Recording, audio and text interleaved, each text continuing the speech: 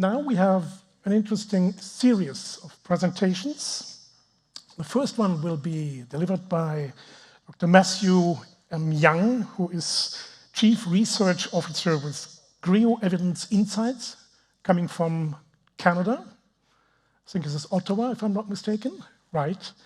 And Dr. Young will give us an overview on results from a national prevalence study here in Cyprus, and will be later joining us for fireside chat as well. So first, it's your contribution, sir.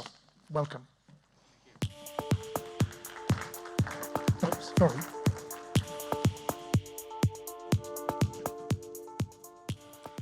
Thank you very much, everybody. And a great thanks to the National Betting Authority for sponsoring the research and also having me here today. Yesus, Kalimara, Neferisto. That's the extent of my Greek, but I hope I did it justice. So I'm going to talk to you a little bit about this prevalence project that we did. It was a collaboration between ourselves, Greo Evidence Insights, and IMR, who's here today. And I'm going to talk to you a little bit about what we did. First, a little bit about who we are, because you may wonder who we are. So Greo Evidence Insights, we're an independent, not-for-profit organization. We're based out of Canada, but we work internationally. And we work in the fields of mental health, addiction, and we have a particular expertise in gambling.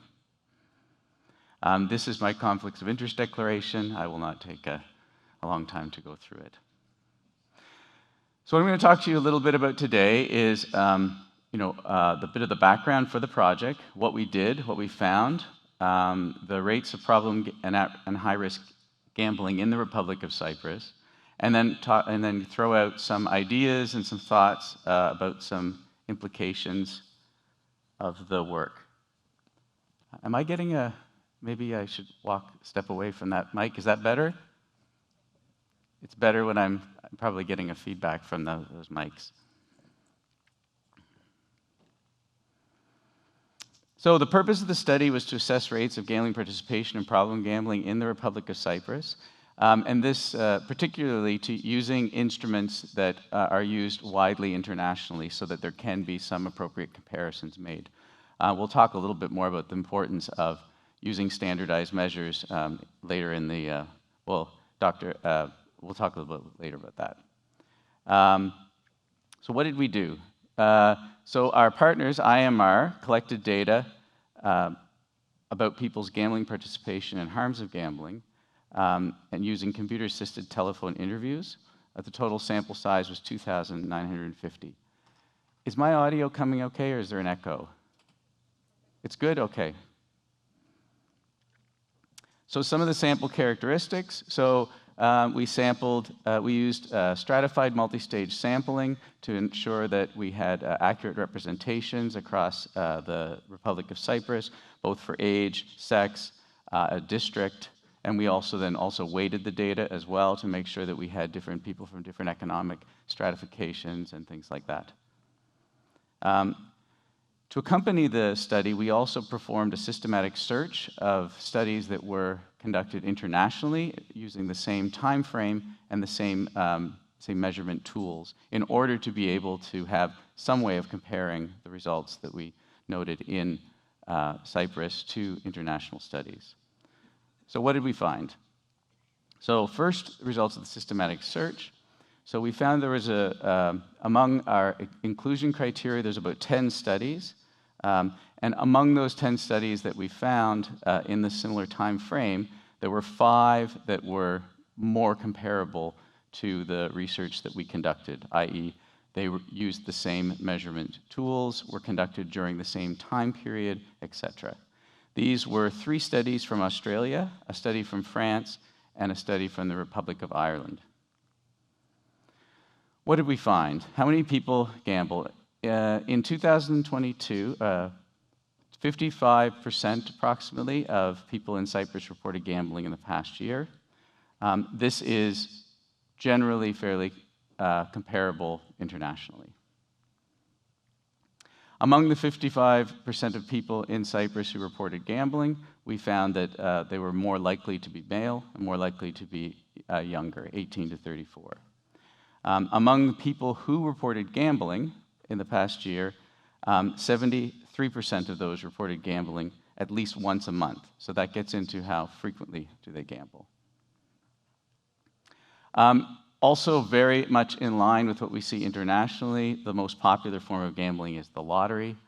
I'll unpack this a little bit more in a few moments, followed by sports betting or betting on other events and bingo. This is also what we see internationally. Lottery is always the most popular form of gambling. When we get into the second and third, sometimes there is some deviation, but that can oftentimes be explained by what the legal forms of gambling are in the country. When we look at online gambling versus in-person gambling, this is an important variable to look at because online gambling, there's a growing literature showing that people who participate in online gambling are at greater risk of gambling harm. And we found among gamblers in Cyprus, 14% gambled online in the past year. So when we start looking at the percentage of people within the Republic of Cyprus who gamble at problematic or high-risk levels, we used a tool called the Problem Gambling Severity Index. We will talk later about the different tools that are used. The tool is not perfect, but it happens to be perform very well, and it's the most widely used international instrument to measure problem gambling severity in the world right now. The way the Problem Gambling Severity Index is used, it categorizes people into 4 categories, really 5 because you have non-gamblers, but then you have 4 other categories. And what we found in the sample was 44.1% met the criteria, were non-problem gambling, 6% were low-risk gamblers, 3.6% moderate risk, and 1.5% of the Cyprus population met the criteria for problem gambling. This is historically and internationally within the range of what we see. Among the comparable studies, it's at the high end. We certainly see it's higher than what we observe in Australia. It's higher than Ireland. And the France study is a little bit tricky to compare because they look at the percentage out of gamblers, not out of the entire population. Following this, there was an interest, and we oftentimes do this in prevalence studies, to be able to understand what are the correlates and what are the relationships between at-risk play and participation, demographics, and things like that. What oftentimes happens in these studies is there is not large enough sample size to be able to conduct analyses, to be able to do these the proper analyses. So what is a common strategy is the groups are combined a little bit. So we take the people who are diagnosed as problem gamblers and take a portion that score higher in the moderate risk category, and we put them into a high-risk category. And that permits us to be able to conduct analyses to look at what are the correlates of gambling problems.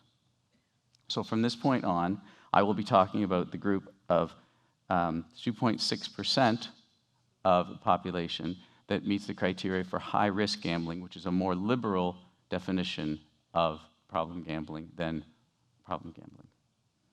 What did we find? High-risk gamblers are most likely to be male and 18 to 34 years of age. Overwhelmingly male, it turns out. If you look at, does this?